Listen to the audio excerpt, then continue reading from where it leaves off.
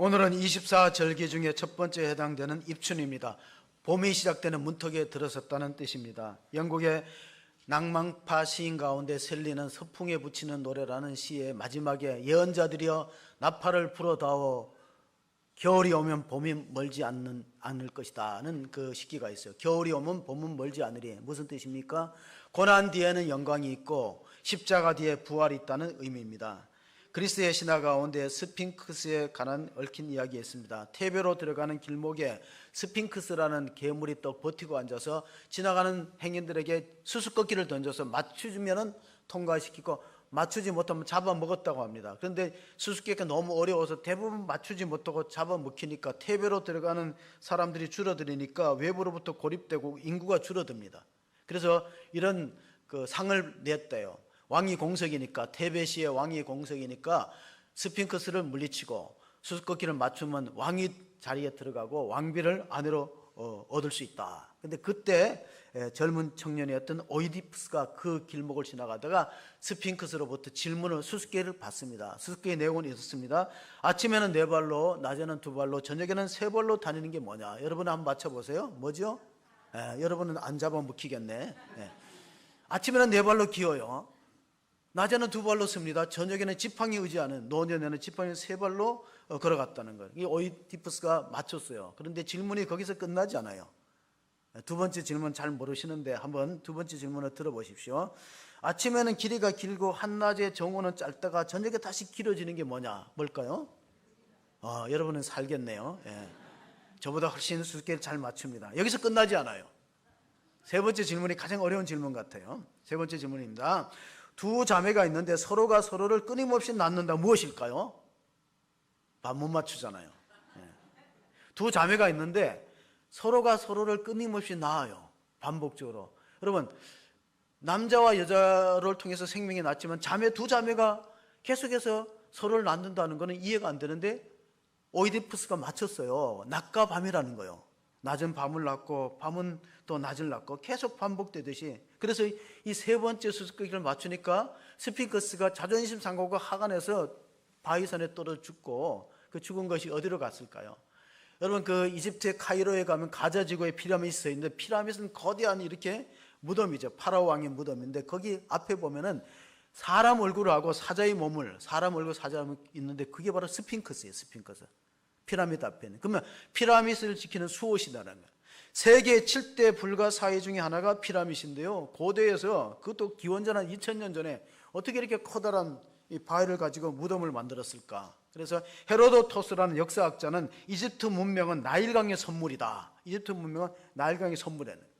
왜냐하면 그 파라오 왕들이 왕의 즉위 되면 피라미드를 세우기 시작했대요. 그래서 왕의 통치 기간이 길면은 피라미드 크게 커지는 겁니다. 일찍 죽으면 피라미드 작아지죠. 그리고 미라로 방부출해서 거기다 집어넣었어요. 왜 집어넣었을까요? 이유는 단 하여 영생불사의 꿈이 있었다는 거예요. 진시황이 동방에 사람을 보냈어요. 무엇을 구하기 위해서 보냈을까요? 불로초, 안 죽고. 그러니까 모든 권력자들의 마지막 욕망은 영생불사, 오래 살고 싶은 거예요. 그 이집트의 나일강 상류에 보면 파피수라는 갈대 나무가 자라는데 그 갈대 나무를 쪼개가지고 무거운 걸 올려놓고 햇볕에 말리면 뭐가 되냐면 종이가 되는 거예요. 종이.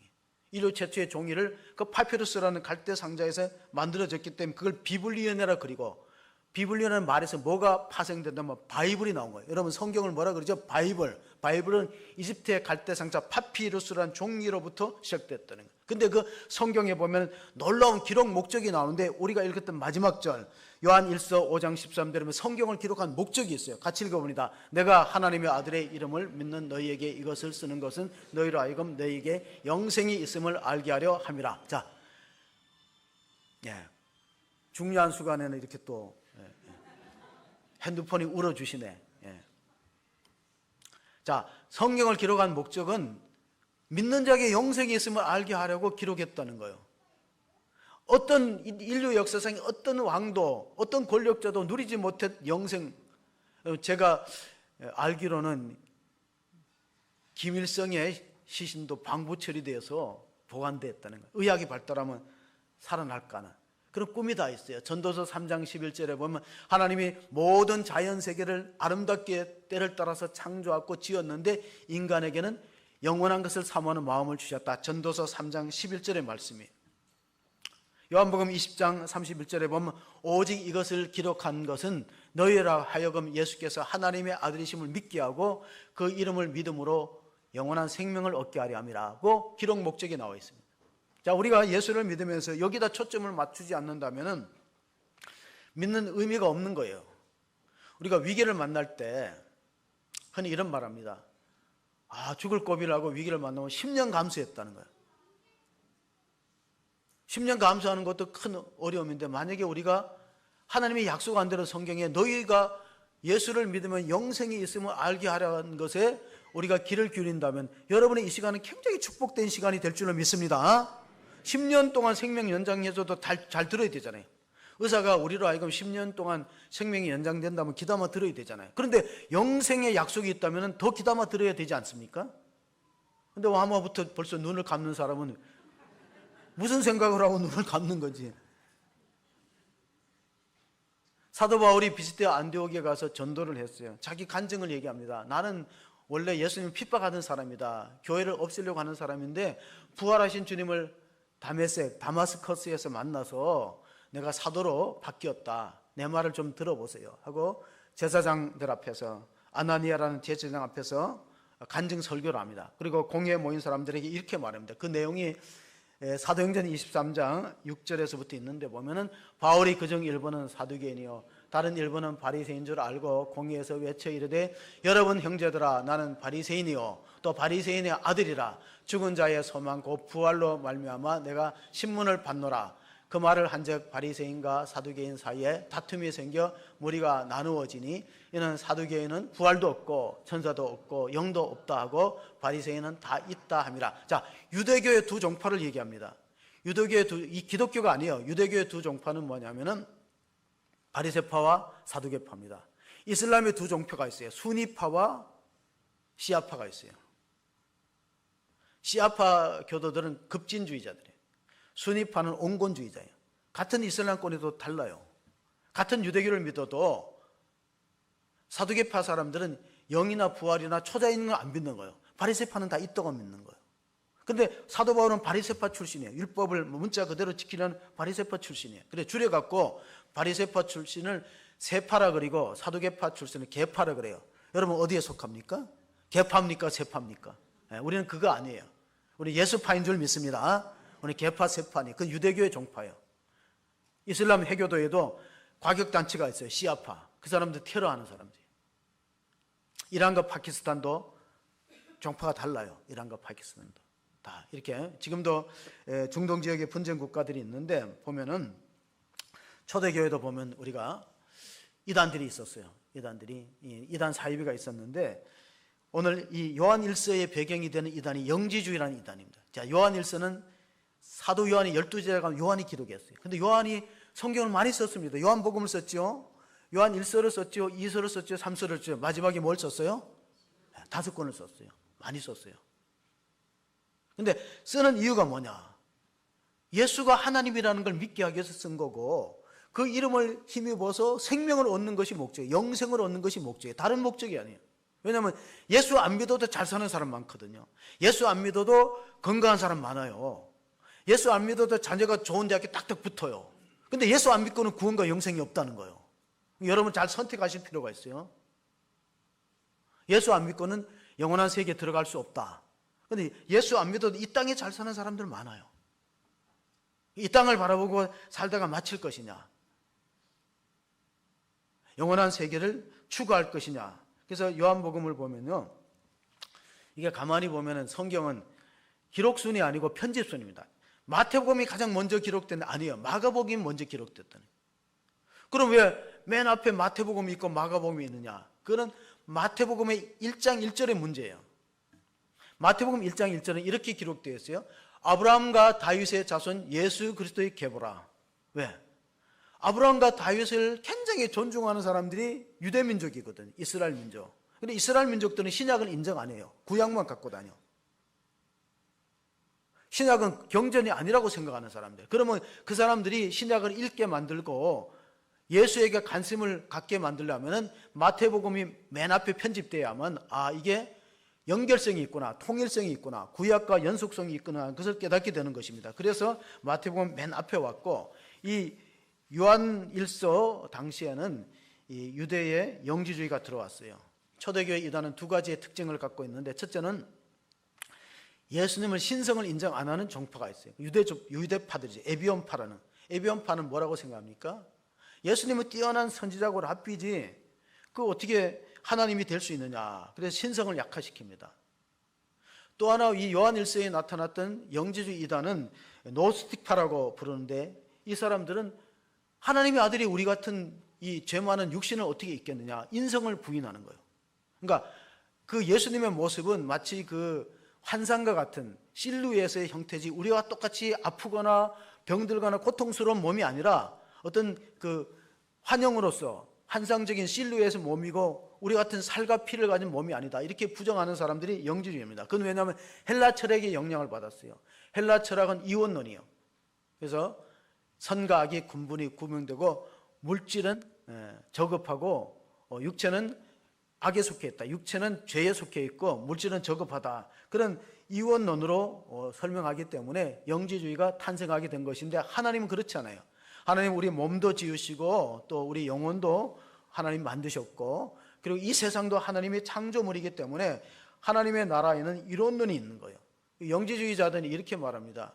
원래 예수님은 30살까지는 우리가 똑같은 인간인데 요단강에서 세례 받을 때부터 하나님의 신으로 바뀌었다. 그런 이제 말도 되지 않는 철학들을 말하는데, 골로새서에 보면 사도 바울이 그런 철학들을 우리가 배격하라고 합니다. 골로새서 2장 8절 9절을 보시면, 누가 철학과 헛된 속임수로 너희를 사로잡을까 주의하라.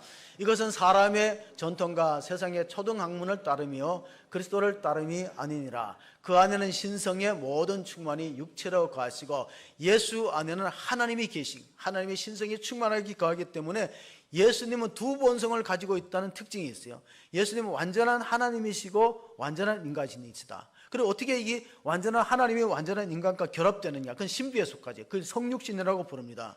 요한복음 1장 14절에 말씀이 육신이 되어 우리 가운데 거하심에 우리가 보니 아버지의 독생자의 영광이요 은혜와 진리가 충만하더라. 그래서 요즘에 보면은 오래전에 다빈치 코드라는 책들이 막 유행했어요. 댄 브라운이라는 사람이 있었는데, 거기 보면은 이제 예수님이 신성을 약화시키면서 이렇게 말합니다. 예수님은 막달라 마리아와 결혼했다, 그리고 후손들이 있다, 다 엉터리 얘기를, 근거도 없는 얘기들을 퍼뜨리고 있어요.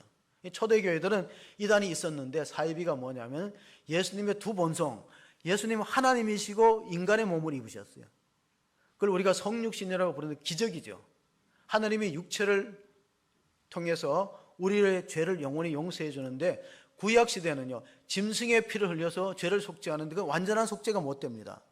그러면은 완전한 속죄가 이루어지려면 죄 없는 인간의 피가 흘려져야 돼요. 죄인은 죄인을 속할 수 없으니까 죄 없는 인간을 하나님이 만드셨는데, 스스로 태어나셔서 성령으로 잉태하신 독생자, 스스로 나신 예수님 밖에는 우리의 죄를 속죄할 분이 없다. 그래서 우리가 로마서를 보면요 아담의 후손들과 예수님을 믿는 후손들의 DNA가 다르다 알 수 있어요. 로마서 5장 19절 20절에 21절에 보면, 한 사람이 순종하지 아니하므로 많은 사람이 죄인 된 것 같이 한 사람이 순종하심으로 많은 사람이 의인이 되리라. 율법이 들어온 것은 범죄를 더하게 하려 함이라. 그러나 죄가 더한 곳에 은혜가 더욱 넘쳤나니 이는 죄가 사망 안에서 왕노릇한 것 같이 은혜도 또한 의로 말미암아 왕노릇하여 우리 주 예수 그리스도로 말미암아 영생에 이르게 하려 함이라. 성경은 계속해서 중심 주제가 영생이에요. 이 아무도 얻지 못했고 불가능한 이것이 가능하다고 약속하는 거예요. 왜냐하면 사망이 왜 들어왔냐면 아담의 죄와 불순종으로 사망이 들어왔어요. 그러면 이제 우리가 아담의 유전인자를 물려받거든요. 우리가 부모의 유전인자 DNA를 물려받듯이 아담의 유전인자를 물려받으면 우리는 죽게 돼 있어요. 근데 하나님의 한 의가 따로 생겼는데, 예수님의 유전자를 받으면요 이제 영생이 이르는 거예요. 그 예수 믿는 사람에게 예수님의 유전자가 수여되는 것이죠. 그래서 월터 브루금이라는 구약학자는 이렇게 말했어요. 인간은 who I am, 내가 누구냐가 중요한 게 아니라 whose I am, 누구에게 속했냐가 중요한 거예요. 그러니까 예수 안 믿는 사람은 자동적으로 아담의 유전자가 상속되는 거예요. 예수 믿는 자는 유전자가 바뀌어요. 어떻게 바뀌어요? 예수님의 유전자로 바뀌니까 영생이 이르게 한다는 약속입니다. 어떤 딸아이가 엄마한테 물어봤어요. 엄마, 사람은 어떻게 생겨나게 되었어? 한 사람은 하나님이 아담과 하와를 지었는데 거기서 후손이 퍼뜨려서 오늘 인간이 된 거야. 너도 그렇게 태어난 거야. 그랬어요. 며칠 있다가 아빠한테 물어봤어요. 아빠, 사람은 어떻게 생기게 된 거야? 옛날 하도 고생대 원숭이가 있었는데 그게 자꾸 진화되고 발전해서 그래서 이제 인간이 된 거야. 그렇게 설명해줘요. 두 사람 말이 달라요. 그래서 엄마한테 물어봤어요.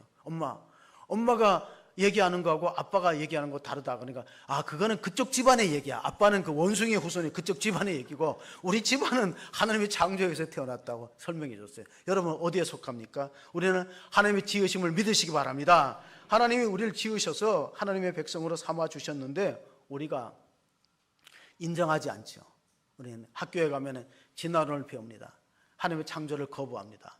오늘 우리가 요한복음 요한 1서에 계속해서 하나님의 증거가 셋이 있대요. 하나님이 우리에게 영생이 있음을 증거하는 세 가지가 있는데 요한 1서 우리가 5장 6절 7절 오늘 5장에서부터 보시면 이는 물과 피로 마신 이시니 곧 예수 그리스도시라. 물로만 아니요 물과 피로 임하셨고 증언하는 이는 성령이시니 성령은 진리니라. 증언하는 이가 셋이니 성령과 물과 피라. 또한 이 셋은 합하여 하나이니라. 성경에는 삼위일체라는 용어가 없어요. 터툴리안이라는 초대 교부가 삼위일체를 말했는데 아마 이 어법을 따라서 셋이면서 하나라는 거예요. 자, 유대교회는 유일신 하나님 한 분을 믿고 기독교는 삼위일체로 이루어진 하나님을 믿으니까 차이가 있는 거예요. 우리는 성부 하나님, 성자 예수님, 성령 하나님을 똑같은 하나님을 믿어요.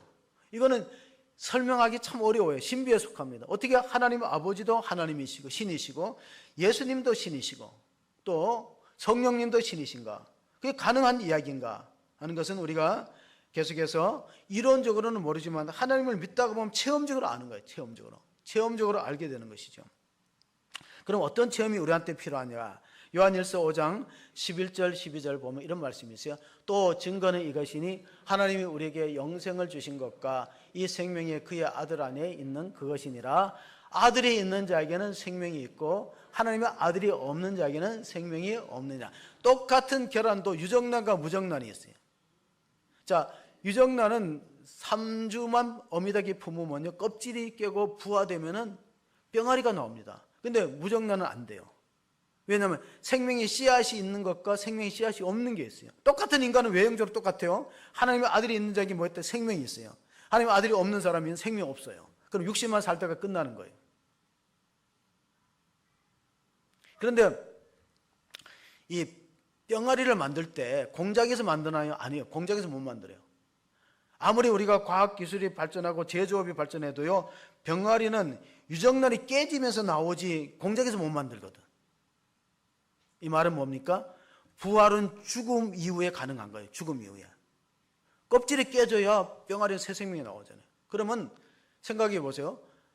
유정란하고 병아리는 전혀 모양이 달라요. 그러나 병아리는 절대 공장에서 제조할 수 없듯이 유정란에서 나오는 거예요. 영원한 생명은 우리 육체의 생명에서 이어지는 거지 다른 데서 만들어낼 수 없어요. 여러분은 어디에 속하느냐? 이걸 잘 생각해 보실 필요가 있어요.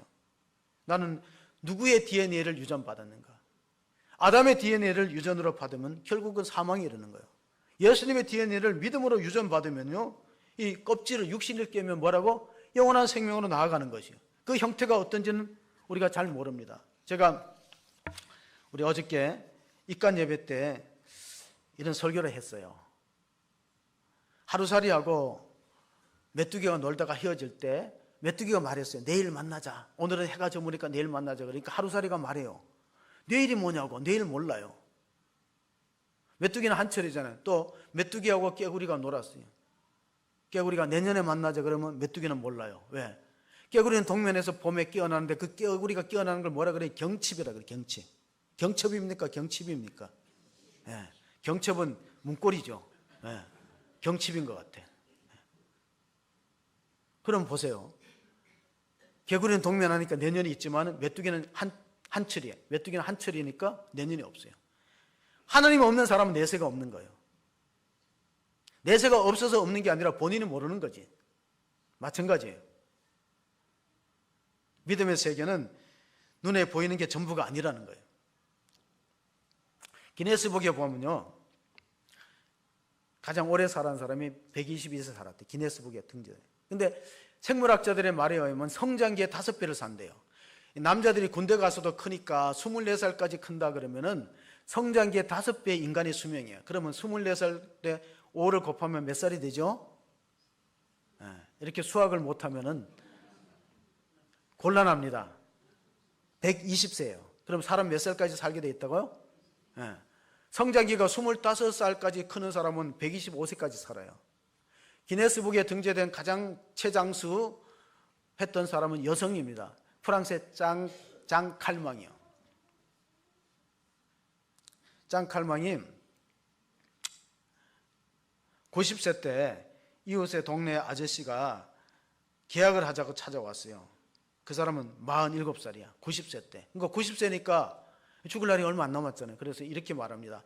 내가 매달 2,500프랑을 어르신한테 드릴 테니까 어르신은 가족도 없고 뭐 물려줄 데 없으니까 돌아가시면 그 저택을 나한테 달라고 계약을 했어요. 그러니까 그 당시에 2,500프랑이면 뭐 우리나라 돈으로 지금은 굉장히 많아요. 환율이 달라서. 그때는 한 50만 원 정도 어땠대. 그러니까 그 47살 먹은 남자가 생각하기를 만약에 1년을 살면은 그 50프랑이니까 600프랑을 지불하고 뭐 10년을 살아도 6,000프랑이니까 비싼 집을 자기가 인수하려고 그렇게 했는데 이 90세 노인이 10년이 돼도 안 돌아가셔. 20년이 돼도 안 돌아가셔. 30년에 지가 죽었어. 77살에 지가 죽었어. 집도 못 얻고 30년 동안 매달 생활비 주고 지가 죽었어요. 그리고 그 짱칼맹 할머니는 2년 더 살다가 122세에 세상을 떠났어요. 세상을 또 오래 사는 사람들의 특징이 있어요. 오래 사람들의 특징이 뭐냐면 남을 안 미워했어요. 여러분 혹시 여기 남을 속으로 굉장히 미워하는 사람들 계시면은 굉장히 그 자기가 스스로 명을 재촉한다는 거 아셔야 돼. 미워하지 마세요. 미워하면 명을 재촉하는 거예요. 마음을 편안하게 갖고 봉사하는 삶을 살았어요. 프랑스의 그 118세까지 살았던 앙드레라는 수녀는 평생을 일을 손에 놓지 않았대. 봉사의 삶을 살고 일을 손에 놓지 않았더니 오래 사는 그 장수의 비결이 되었다는 것입니다. 우리가 요한복음 17장 3절을 읽어보시면 영생하는 것은 비결이 뭐냐? 참 유일하신 하나님과 그의 아들 예수 그리스도를 아는 것이라는데 이 안다는 게 뭡니까? 안다는 게 이제 헬라어로는 기노스코라는 단어를 쓰는데 히브리 단어는 뭐냐면 야다라는 단어를 쓰거든. 이거 안다는 것은 머리로 이론적으로 아는 게 아니라 체험적으로 아는, 체험적으로 만나서 살아보면서 아는 거예요. 예수님을 우리가 겉으로 보면은 하나님처럼 안 보이잖아요. 그러니까 유대인들이 예수님을 자꾸 하나님으로 믿지 않았고 거부했던 거예요. 예수님은 답답하기가 그지없죠. 요한복음 10장 28절에 보면 예수님이 유대인들에게 하신 말씀이 있어요. 내가 그들에게 영생을 주노니 영원히 멸망하지 아니할 거요 또 그들을 내 손에서 빼앗을 자가 없느니라. 그들을 주신 내 아버지는 만물보다 크심에 아무도 아버지의 손에서 빼앗을 수 없느니라. 나와 아버지는 하나이니라 하신데 결정적으로 삼위일체의 증거가 하나님과 나는 하나라는 거예요. 거기다 성령님까지 삼위일체가 구성되는 거죠. 나와 아버지는 하나이다. 근데 이 말을 유대인들이 수용했을까요? 수용 안 했어요. 화가 났습니다. 돌을 들어 치려고 했어요. 왜 돌을 들러 치냐면 유대 사회에는요 신성 모독죄는 돌로 치기 때문에 스데반 집사가 돌에 맞아서 기독교 역사의 첫 번째 수건자가 됩니다. 사도행전 7장에 보면 그 돌을 또 누가 쳤냐면 가늠하다가 붙들리는 여인들은 돌로 쳐서 죽였어요. 유대인의 율법이 무서운 거예요. 근데 우리가 33절을 보면 예수님께서 요한복음 10장 33절에 말씀이 유대인들이 대답하되 선한 일로 말미암아 우리가 너를 돌로 치려는 것이 아니라 신성 모독으로 인함이니 내가 사람이 되어 자칭 하나님이라 함이로다. 영국에 유명한 그 석학이 있어요. 우리나라의 이어령 교수와 비슷한 석학이 C.S. 루이스예요. 나니아 연대기를 그 소설을 쓰고 나니아 연대기 이야기를 쓰는. 그가 이런 말을 했어요. 예수님은 자신이 주장한 대로 하나님이었던가 아니면 과대망상에 걸려있는 정신병자였거나 아니면 허풍장이었던가 속이는 자, 거짓말장이든 선택을 하라는 거예요. 유대인들은 뭘 선택했습니까? 예수님이 하나님이라고 자신을 아무리 설명해줘도 거부하고 안 믿었어요. 돌로 십자가에 결국은 넘기고 말았어요. 이방인들은 오히려 반대로, 율법을 모르는 이방인들은 예수님이 하나님이라고 믿고 구원에 이르렀어요. 오늘 우리가 선택해야 될 문제가 뭐냐? 예수님은 과대망상증에 걸려서 자기가 스스로 신이라고 착각하고 거짓말했는 분이냐, 그런 사람이냐, 아니면 정말 하나님이 보내셔서 하나님이 육신이 되어서 하나님의 뜻을 전하기 위해서 오신 분인가, 이걸 우리가 선택할 필요가 있다는 거예요.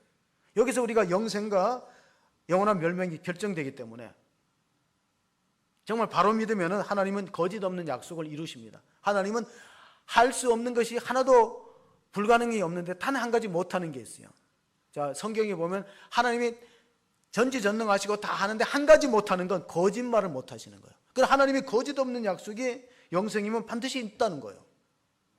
하나님이 우리에게 식욕을 주면은요, 음식이 있는 거예요. 그러면 우리가 영생에 대한 갈망이 있어서 찾는다는 것은 그 대상이 있다는 거예요. 그런데 오늘 우리 시대가 뭐냐면 구도의 정신을 상실했어요. 뭔가 깊이 있는 신앙이 없고 다 피상적입니다. 그게 뭐냐면은 현대는 사색을 안 하고 검색을 합니다. 옛날보다가 암기력이 떨어져요. 다 이제 뭐 저장되니까 외울 필요가 없어요. 암기력이 떨어져요. 젊은이들도 사색하는 깊이가 없고 그냥 다 검색하고 말아버리는 거예요. 오늘 읽었던 말씀 요한일서 5장 10절에 보면요, 예수께서 하나님의 아들이심을 믿으면 내적인 증거가 우리 속에 있고, 예수를 안 믿는 사람은 결국 하나님을 거부하는 사람. 왜? 하나님이 예수님을 보냈기 때문에. 그 예수님을 안 믿으면 뭐냐? 하나님을 안 믿는 거랑 똑같은 거예요. 아버지와 나는 하나이다. 예수님과 하나님이 같은 하나님이고 신이라는 거예요. 요한일서 4장 9절 10절을 보면 예수님은 왜 십자가에 죽으셨는가? 하나님의 사랑이 우리에게 이렇게 나타난 바 되었으니 하나님이 자기의 독생자를 세상에 보내심은 그런 말미암아 우리를 살리려 하심이라. 사랑은 여기 있으니 우리가 하나님을 사랑한 것이 아니요 하나님이 우리를 사랑하사 우리 죄를 속하기 위하여 화목제물로 그 아들을 보냈습니다. 우리가 성시교독 85번 읽을 때 이 말씀을 읽었어요. 교독문은. 그럼 사랑은 뭐냐? 함께 사는 게 사랑이에요. 하나님이 영원히 계시니까 하나님 우리 사랑하면은 나하고 영원히 살자, 하나님의 소원이죠. 그런데 우리는 그러지 못해요. 왜냐하면 우리는 하나님과 영원히 사는 그런 꿈과 비전이 없고 그냥 이 땅에서 60만 살다가 끝나는 그런 선택을 하고 말았습니다.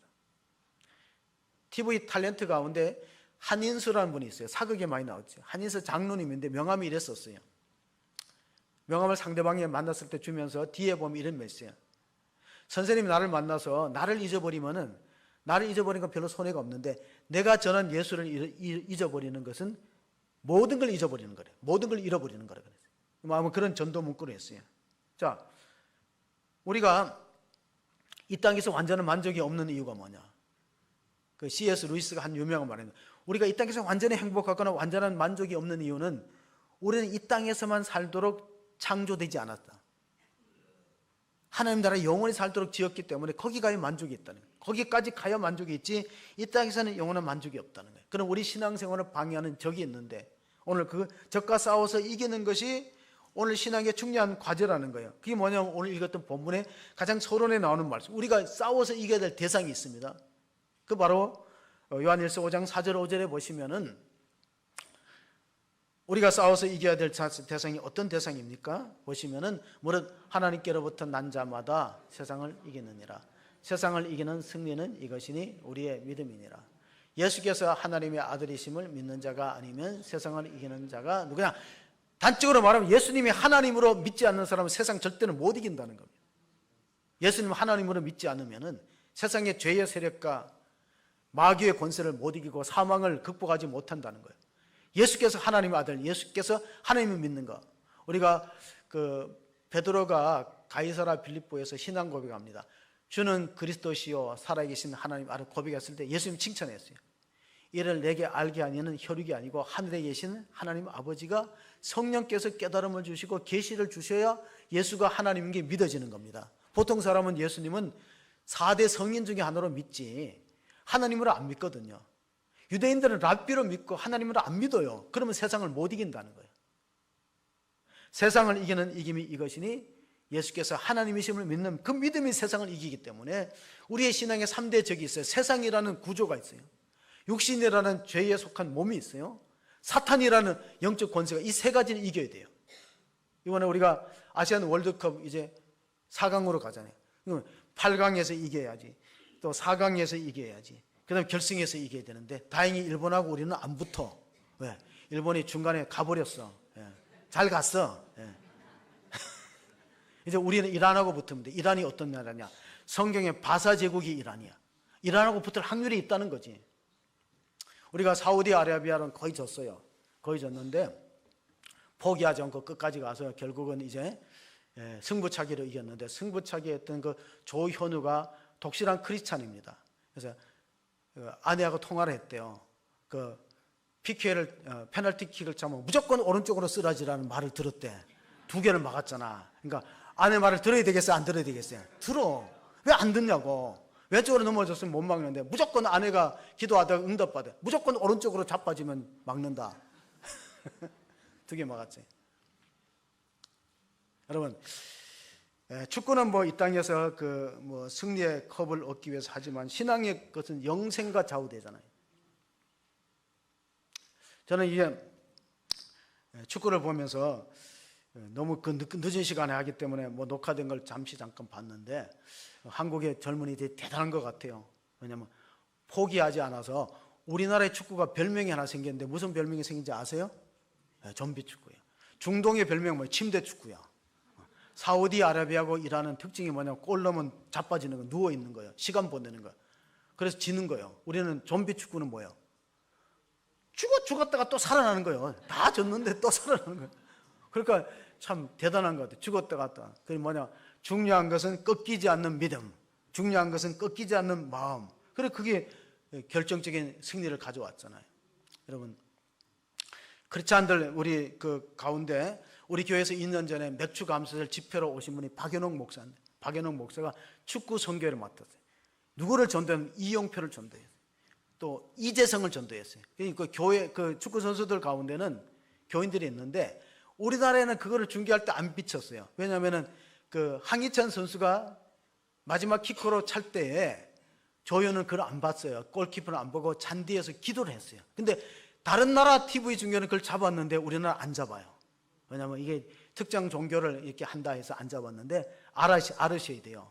나는 차마 못 보겠다. 하나님 반드시 들어가게 해달라고 기도에 무릎을 꿇었던 것이 뭐 그것이 우리가 뭐 어떤 역사를 일으킨다 보다 팀들이 정말 하나로 단결되었어요. 김진수, 김태환, 이재성, 손흥민 이런 사람들은 다 그리스도를 믿는 사람들입니다.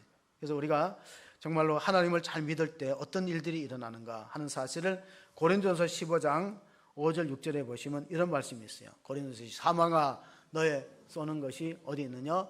사망이 쏘는 것은 죄요 죄의 권능은 율법이라. 우리 주 예수 그리스도로 말미암아 우리에게 승리를 주시는 하나님께 감사하노니 그러므로 내 사랑하는 형제들아 견실하며 흔들리지 말고 항상 주의 일에 더욱 힘드는 자들이 되라. 이는 너희 수고가 주 안에서 헛되지 않은 줄을 알미라. 제가 그 주장 손흥민 선수의 인터뷰를 보고 감동을 받은 게 뭐냐면은 나라를 위해서 뛰는데 힘들다는 것은 핑계다.